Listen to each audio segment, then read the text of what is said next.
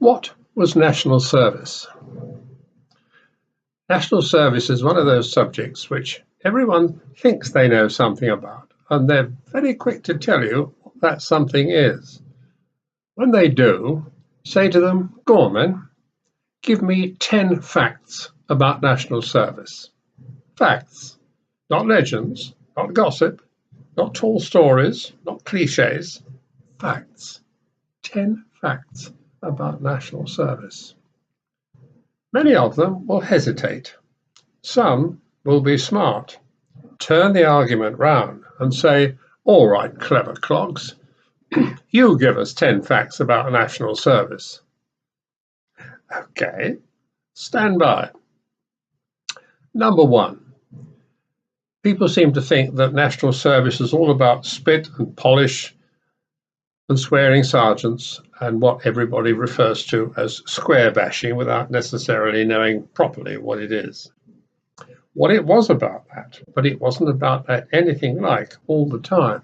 It was largely to do with basic training, and basic training only took up about 12% of the time you spent in the forces in national service.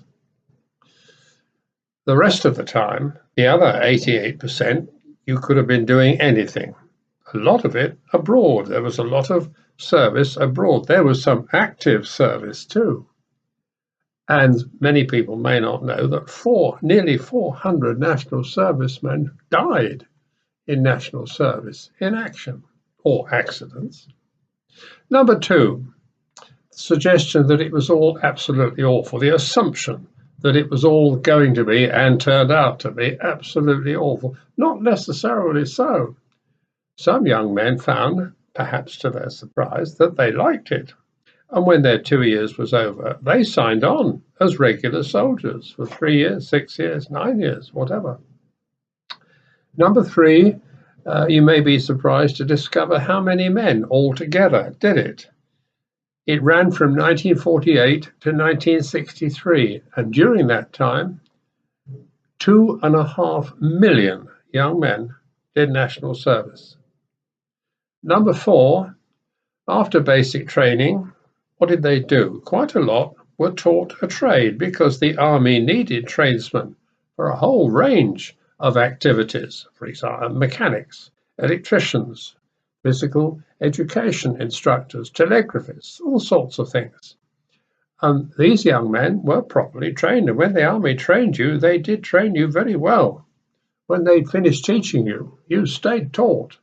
So when they got to the end of their national service, ready to leave, they realized, to their surprise and delight, that they had at their fingertips a career for life. Number five, not all young men came from comfortable backgrounds. The assumption again would appear to be that it was a bit of a step down to go into national service. Not necessarily so. Many of those recruits came from what are nowadays called deprived backgrounds. To their surprise, in the army, they found that they could sleep in a bed on their own for the first time in their lives. Quite a lot of them, too, discovered what a benefit it was to be able to have 3 square meals every day. Number six, a lot of them may have fancied themselves as Spitfire pilots or Lancaster bomber pilots or whatever, but barely 25% got into the RAF. And for those who fancied a life on the ocean wave, up on the bridge with a skipper and a great big pair of binoculars round your neck, that didn't happen either. Barely 2% got in the Navy. All the rest, 3/4 of them, went into the Army, whether they liked it or not. Number seven, the question of pay. The average weekly pay for a young man joining national service was about 16% of the then average wage in civilian life. I don't know the figures, but my guess is it was even less than being on the dole. So nobody joined national service to make money.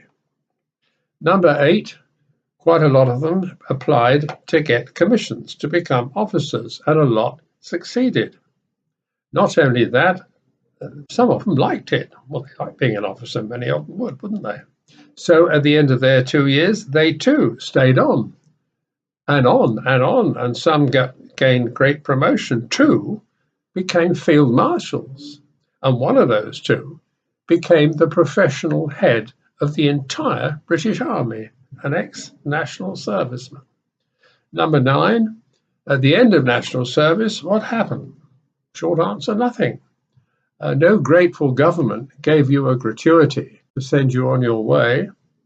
No grateful government presented you with a commemorative medal so that you could wear that on Armistice Day along with all the other veterans. And you certainly got no pension. And number 10, as I said, it ran for 15 years, from 1948 to 1963. And during that time, 6,000 young men joined up every fortnight.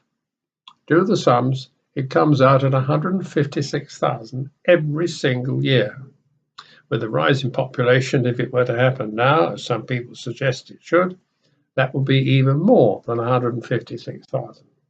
But the total numbers in all three armed forces today is barely 150,000. How could 150,000 professionals cope with 156,000 recruits or more coming in every year? All those people who stand in the public bar and lay down the law about bringing back national service are defeated by the arithmetic.